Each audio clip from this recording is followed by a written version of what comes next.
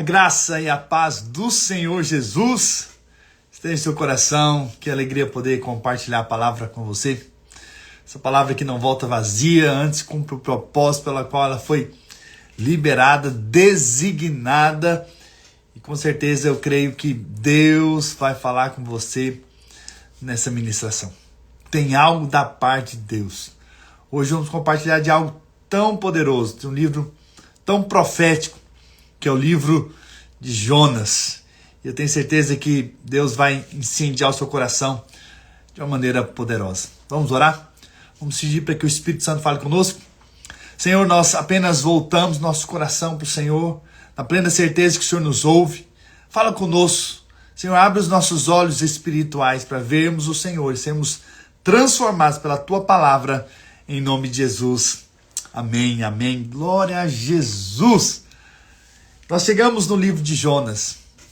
Estamos percorrendo toda a Bíblia e chegamos nesse livro tão precioso, com tantos princípios espirituais. Você vai ver hoje. Tenho certeza que você vai ser edificado com essa história.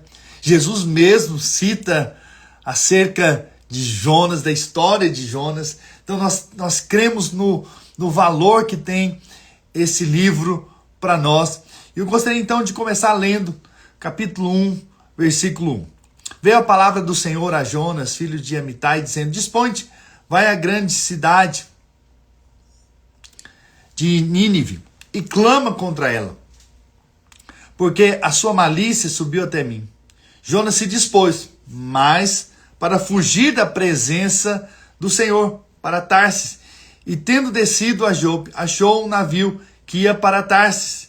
Pagou, pois, a sua passagem e embarcou nele para ir com eles para Tarsis, para longe da presença do Senhor. Olha a ênfase. Mas o Senhor lançou sobre o mar um forte vento e fez no mar uma grande tempestade. O navio estava a ponto de despedaçar. Então os marinheiros, cheios de medo, clamavam cada um ao seu Deus e lançavam ao mar a carga que estava no navio para o aliviarem do peso dela. Jonas, porém, havia descido ao porão e se deitado e dormia profundamente. Chegou-se a ele o mestre do navio e lhe disse: Que se passa contigo? Agarrado no sono, levanta-te, invoca o teu Deus, talvez assim esse Deus se lembre de nós para que não pereçamos. E diziam uns aos outros: Vinde, lancemos sorte para que saibamos por causa de quem nos sobreveio este mal. E lançaram sortes, e a sorte caiu sobre Jonas. Então lhe disseram: Declara-nos agora por causa de quem nos sobreveio este mal. Que ocupação é a tua? De onde vens? Qual a tua terra? E de que povo és tu? Ele lhe respondeu: Sou hebreu e temo ao Senhor, o Deus do céu, que fez o mar e a terra. Então os homens ficaram possuídos de grande temor e disseram: Que é isso que fizeste? Pois sabiam os homens que ele fugia da presença do Senhor, porque ele o havia declarado. Essa história é uma história de um homem que foi chamado por Deus para um propósito, chamado para pregar, chamado para profetizar, chamado para proclamar o que Deus queria que ele proclamasse. E aí nós vemos isso aqui. Esse livro foi escrito por volta de 765 a.C., um tempo antes de Israel ser invadido depois pelos assírios. Inclusive Nínive é uma cidade da Síria. E aí nós vemos aqui que Jonas foge do chamado. Mas é interessante que a ênfase não é simplesmente fugir do chamado. A verdade diz que ele fugiu da presença. Entende? Da presença do Senhor. Por quê? Porque o chamado tem a ver com a presença. Deus se manifesta no meio do propósito dele. Quando nós entendemos que Deus tem um chamado para nós, nesse chamado, a presença de Deus se manifesta. Não quer dizer que Deus não está conosco quando nós saímos do propósito. Deus com certeza não vai sair de nós, ele continua em nós, nós somos salvos, nós temos o Espírito Santo dentro de nós. Porém, Deus, ele se manifesta com relação à sua vontade. Quando nós estamos diante da vontade de Deus, com certeza a presença de Deus é o selo, a manifestação de Deus é o selo de que nós estamos no caminho certo, estamos fazendo o que Deus nos chamou. Ok? E aí nós vemos então Jonas fugindo, indo para o caminho ao contrário do que Deus havia trilhado para ele. E nós vemos então que há uma tempestade. E aí nós vemos que Jonas estava dormindo. E na Bíblia, o dormir tem pelo menos 3 significados que eu gostaria de deixar para você.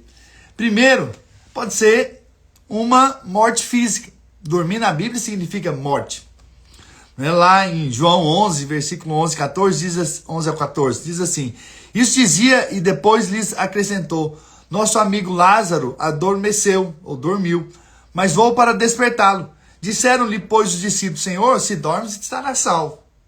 Jesus, porém, falara com respeito à morte de Lázaro, mas eles supunham que tivesse falado do repouso do sono. Então Jesus lhes disse claramente: Lázaro morreu. Então na Bíblia, o dormir significa morte física. Nós temos outros textos que falam sobre isso, lá em Mateus 27, por exemplo, 52, diz assim: Abriram-se os sepulcros e muitos corpos de santos que dormiam ressuscitaram. Então na Bíblia, o dormir significa morte física, isso é um dos significados. Mas também pode significar descanso. E aí eu falo do descanso físico, como também o descanso da alma. E aí nós vemos lá em Mateus capítulo 8, 24, também numa tempestade. E olha o que a Bíblia diz: E eis sobreveio no mar uma grande tempestade, de sorte que o barco era varrido pelas ondas. Entretanto, Jesus dormia. Mas os discípulos vieram acordados, clamando: Senhor, salva-nos, perecemos. Perguntou-lhes então Jesus: Por que sois tímidos, homens de pequena fé? E levantando-se, repreendeu os ventos e o mar, e fez-se grande bonança. E maravilharam-se os homens, dizendo: Quem é esse, que até os ventos e o mar lhe obedecem? Uau, que coisa preciosa. Você vê aqui essa tempestade também. E Jesus está dormindo. E é só que dormir de Jesus é porque ele estava cansado. E ele foi dormir. Então ele foi descansar. Mas havia algo também nesse dormir. Era um dormir de fé, de confiança, de descanso. Então veja, há momentos que você está cansado, você dorme e você descansa. E descansa o seu físico. Mas aqui nós também vemos um descanso da alma. Então Jesus, ele não estava agitado. Ele não estava fugindo de uma realidade. Ele estava simplesmente descansando. E daí, quando ele se levanta, ele já levanta em fé e repreende o mar e a bonança naquele lugar. Mas também a terceira coisa que dormir na Bíblia pode significar é de fato uma fuga da realidade. Na verdade, é um cansaço da alma. Então, pessoas que estão com a alma cansada, que estão fugindo ou tentando fugir de uma realidade, eles querem dormir. Entende? Eles querem a todo custo sair dessa dimensão, dessa realidade, dessa pressão toda que eles estão vivendo. Então lá em Lucas, por exemplo, capítulo 22, versículo 45, diz assim: Levantando-se da oração, foi ter com os discípulos e achou-os dormindo de tristeza. E disse-lhes: Por que estáis dormindo? Levantai-vos e orai, para que não entreis em tentação. Veja, naquele momento, os discípulos estavam dormindo de tristeza. A angústia ali, no caso aqui era o Getsemane, eles estavam tão pressionados que eles resolveram, na verdade, eles dormiram. Eles não aguentaram e foram dormir. E foram, na verdade, fugir daquela situação. Mas era um momento, então, que eles deviam, na verdade, estar orando, estar buscando o Senhor, não é? E aí nós também temos o exemplo de Jonas. Jonas também dormiu. E ele dormiu profundamente, nós lemos aqui, no barco, numa tempestade. E ele dormiu por quê? Porque ele estava fugindo da presença do Senhor. Certamente estava angustiado, certamente ele queria estar livre daquela situação, de qualquer custo, de qualquer forma. E então ele foi dormir profundamente. E é muito comum também encontrar as pessoas assim, diante de tamanhas pressões. Eles decidem dormir, tomam remédio para dormir, eles fazem de tudo para escapar dessa pressão. E aí nós vemos essas tempestades aqui, tanto na vida de Jesus, quanto na vida de Jonas. Mas a tempestade de Jonas era uma fuga da presença de Deus, era um cansaço da alma. Mas o dormir de Jesus na tempestade era alguém que confiava em Deus, alguém que tinha fé. Então veja, você pode, diante da tempestade, simplesmente dormir em paz, porque, como diz a Bíblia, logo pego no sono e acordo também, porque Deus é que me sustenta, não é o que o salmista diz. Mas também você pode ser esse que está apenas fugindo do propósito de Deus, fugindo do chamado de Deus, fugindo daquilo que Deus te chamou para fazer. Sabe, não fuja de Deus. Na verdade, corra para Deus. E é Deus quem efetua tanto querer quanto realizar. O Deus que te chama é o Deus que te capacita. Eu sei que nós temos muitas tentações para parar no meio do caminho, no meio da jornada, mas não fuja da presença do Senhor, não fuja do chamado de Deus, não fuja daquilo que Deus te chamou para fazer. Não importa as circunstâncias. E Deus, então, permite essa tempestade. Essa tempestade para mostrar para Jonas que ele ainda continuava desejando que Jonas fosse profetizar. A graça de Deus é muito grande, a misericórdia de Deus é muito grande. E aí você vê Deus permitindo que a tempestade viesse para quê? Para que Jonas entendesse que tinha ainda um chamado. E a história continua dizendo, né? Então, eles perguntaram para Jonas: o que nós vamos fazer agora, se você é o responsável por essa tempestade? E aí então, Jonas falou assim: me joga para fora desse navio, e aí tá tudo resolvido. E eles então temeram, falaram: não, mas como podemos jogar você? E eles tentaram remar até o raso, mas eles não conseguiam por causa da tamanha tempestade. Então eles oraram e eles tiveram que tomar uma decisão de lançar Jonas para fora do barco. E olha o que a Bíblia diz lá em Jonas 1, versículo 15. E levantaram a Jonas e o lançaram ao mar, e cessou o mar da sua fúria. Temeram, pois, esses homens em extremo ao Senhor, e ofereceram sacrifícios ao Senhor e fizeram votos. Deparou o Senhor um grande peixe, para que tragasse a Jonas, e esteve Jonas 3 dias e 3 noites no ventre do peixe. E aqui nós vemos então Jonas nesse grande peixe. Dizem que era uma baleia, não sabemos, mas foi um grande peixe. E ele ficou ali durante 3 dias, 3 noites. Ele esteve ali no ventre daquele grande peixe. E isso se tornou algo profético. Jesus mesmo lá na frente, quando os fariseus pediam um sinal, ele falou: vou deixar apenas um sinal de Jonas. Olha o que a Bíblia diz em Mateus 12, versículo 39. Ele, porém, respondeu: uma geração má e adúltera pede um sinal, mas nenhum sinal lhe será dado, senão o do profeta Jonas. Porque assim como esteve Jonas 3 dias e 3 noites no ventre do grande peixe, assim o Filho do Homem estará 3 dias e 3 noites no coração da terra. Então, quando Jesus morreu, ele então foi para o coração da terra. E o que há no coração da terra? Nós cremos que é ali o Hades, né, as profundezas, que é o inferno, mas também outra parte ali é o paraíso, que está no coração da terra. Então Jesus ficou ali 3 dias e 3 noites. Então a história de Jonas se tornou ali na frente profético, porque Jesus também ficou 3 dias, 3 noites no coração da terra, e depois ele ressuscitou. E porque ele ressuscitou, nós estamos aqui, aleluia, glória a Deus, né? E aí nós vemos também que no capítulo 2, que Jonas então, ele ora dentro do grande peixe, ele ora a Deus, e ele então diz que é um Deus é um Deus misericordioso, e que fez ali também um voto. E a baleia ali, o grande peixe, né, vomita a Jonas, e ele então ouve mais uma vez o chamado de Deus para ele. No capítulo 3, então, de Jonas, então diz assim: Versículo 1.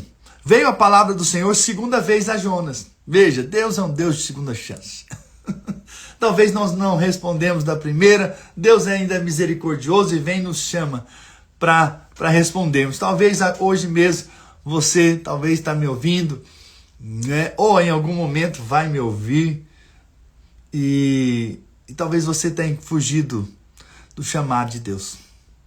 Eu quero dizer que hoje Deus volta para você para chamar a segunda vez. Deus é um Deus de segunda chance.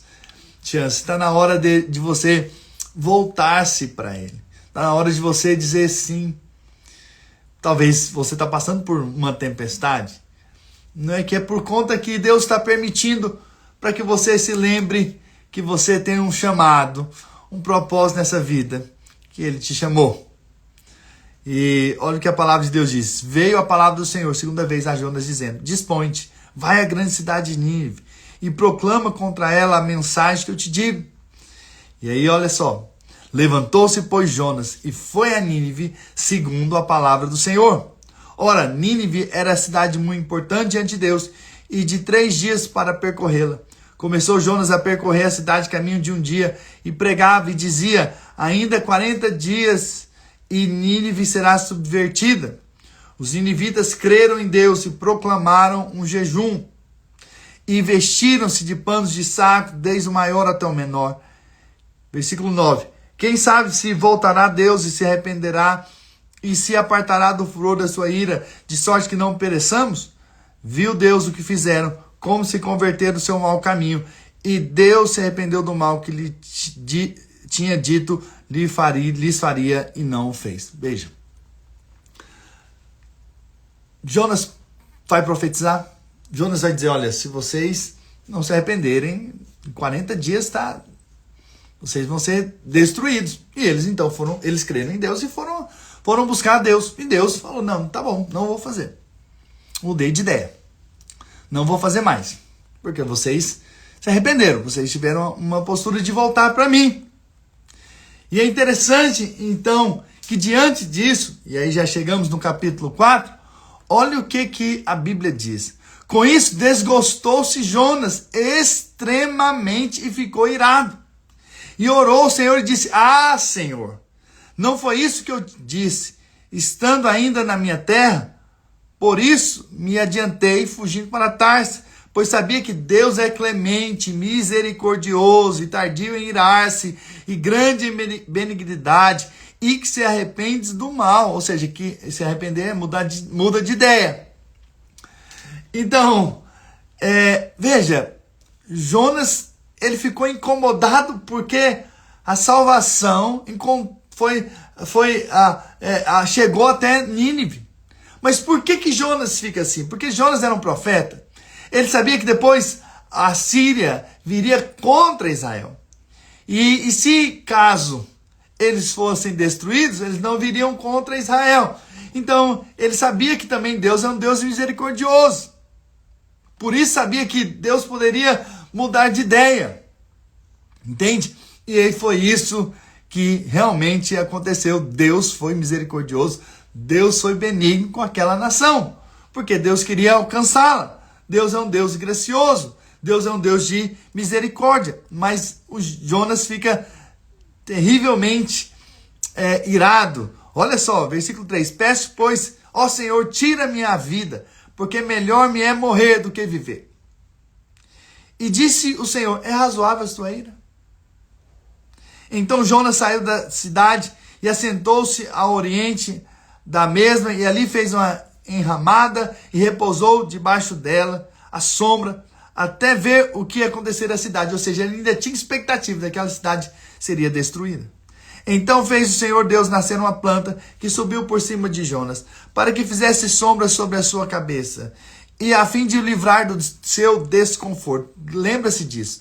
Quando você lembrar sobre as pessoas que carecem, que precisam da graça de Deus, lembra-se disso. Olha só, Deus fez crescer uma planta por cima de Jonas, fazendo uma sombra sobre a cabeça, a fim de livrar do seu desconforto.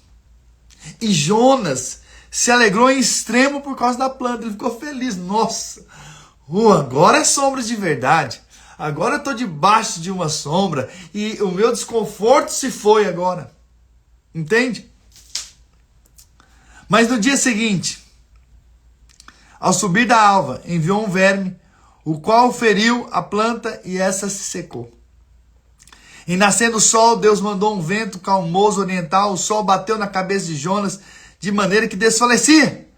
Pelo que pediu para si a morte, dizendo, melhor me é morrer do que viver, do que eu passar uma situação tão difícil que eu estou passando, o sol na minha cabeça. Uau! Veja que às vezes nós se rendemos por conta de pequenas coisas. Olha, essa era o sol que incomodava. Simplesmente isso. Entende? Mas isso era motivo de pedir a morte.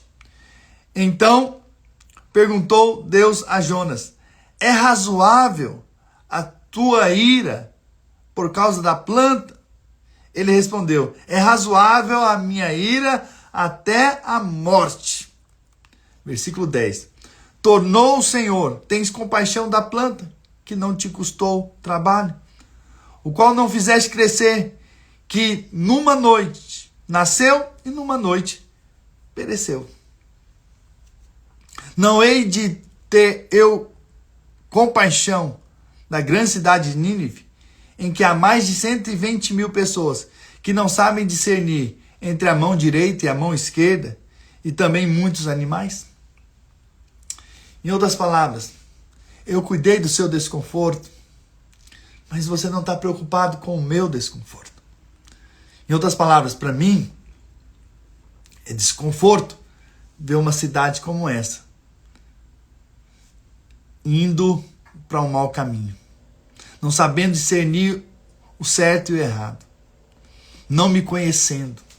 Em outras palavras, Deus estava tentando mostrar para Jonas que Deus queria que algo acontecesse com aquela nação, com aquele povo. Esse é o olhar de Deus para nós. E graças a Deus, porque pela graça um dia Deus nos livrou também do nosso desconforto. Nós estávamos indo para o inferno. Nós, na verdade, já estávamos em trevas. E Ele nos resgatou das trevas. Ele nos levou para a sua maravilhosa luz. Foi Ele que nos alcançou. Foi Deus que nos alcançou. Agora tem que haver em nós também uma disposição. E às vezes eu quero dizer isso para você. Às vezes nós não queremos desconforto. O desconforto, às vezes, de ser um líder. O desconforto de evangelizar. O desconforto de servir ao Senhor no ministério. Desconforto, às vezes, de estar no relacionamento da igreja, porque às vezes há atritos. Às vezes nós não estamos dispostos ao desconforto em favor de outros. Nós queremos apenas o nosso conforto, o nosso bem-estar, e esquecemos que tem outras pessoas que precisam de nós. Precisam da nossa mensagem, precisam que nós levemos essa mensagem do amor e da graça e do perdão do Senhor a essas pessoas. Mas muitas vezes estamos apenas preocupados com o nosso conforto pessoal. Se tudo estiver bem, se não tiver calor, se não tiver nenhum problema, eu vou abrir minha casa. Se não tiver nenhum desconforto, eu vou ser líder. Mas eu quero dizer, não tem jeito. Vai ter um desconforto em ser um anfitrião. Vai ter um desconforto em ser um líder de célula. Vai ter um desconforto em servir no ministério, em servir algo na vida da igreja. Tem desconforto. Mas sabe de uma coisa? Mas é em prol do reino que nós estamos aqui. Às vezes, por um momento, vamos ter certo desconforto. Mas nós devemos permanecer. Permanecer porque a graça um dia também nos alcançou. E Deus nos deu, por sua graça, a salvação. Agora é hora de nós também cooperarmos. Mas muitas vezes caímos no egoísmo. Depois de alcançarmos tão grande salvação, nós não queremos ser esse canal de salvação para outros. Nós não dispomos muitas vezes. Quantas pessoas deixaram de liderar porque aconteceu um certo desconforto, não concordou com isso ou com aquilo e deixou o tempo passar e acabou saindo do propósito, do chamado. Então veja, nós estamos aqui nessa terra, nós estamos de passagem. Um dia a graça nos alcançou e começa a... Entende? Então, nós precisamos entender que, na verdade, nós somos chamados. Fomos chamados pelo Senhor para um propósito. Fomos chamados para levar a mensagem do Evangelho a outros. Mesmo que há momentos que vão ter desconfortos. Mas nós queremos que Deus seja saciado. E que, de fato, a vontade de Deus, que é salvar a toda criatura, possa acontecer através das nossas vidas. Então, esse livro também de Jonas é um livro missionário, que mostra esse Deus que tem prazer em salvar os perdidos. E que a gente seja esse instrumento nas mãos do Senhor, para edificação do reino do Senhor. Em nome de Jesus, quantos creem, digam amém. Aleluia. Deixa eu orar por você. Senhor, nessa hora eu quero orar pelos meus irmãos. E quero declarar em nome do Senhor Jesus que eles são como esses instrumentos em tuas mãos, missionários. Aqueles que levam a tua mensagem, que têm prazer em ver pessoas sendo alcançadas, serem salvas, serem mudadas, serem transformadas, assim como um dia elas foram transformadas. Por isso, Senhor, em nome de Jesus, eu oro para que o Senhor possa se mover de uma forma extraordinária na vida de cada um de nós. Senhor, para que sejamos instrumento em tuas mãos, para que levemos a mensagem da graça e do favor do Senhor.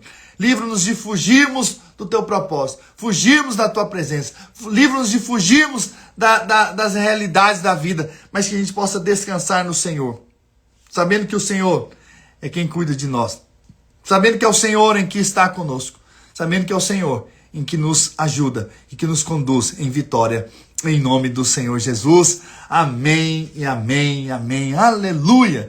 Glória a Deus, irmãos. Que livro precioso da palavra de Deus. Precioso. Vemos o quanto a palavra de Deus é rica e poderosa e que nós possamos dar a resposta certa no chamado que Deus tem para cada um de nós, em nome do Senhor Jesus. Amém?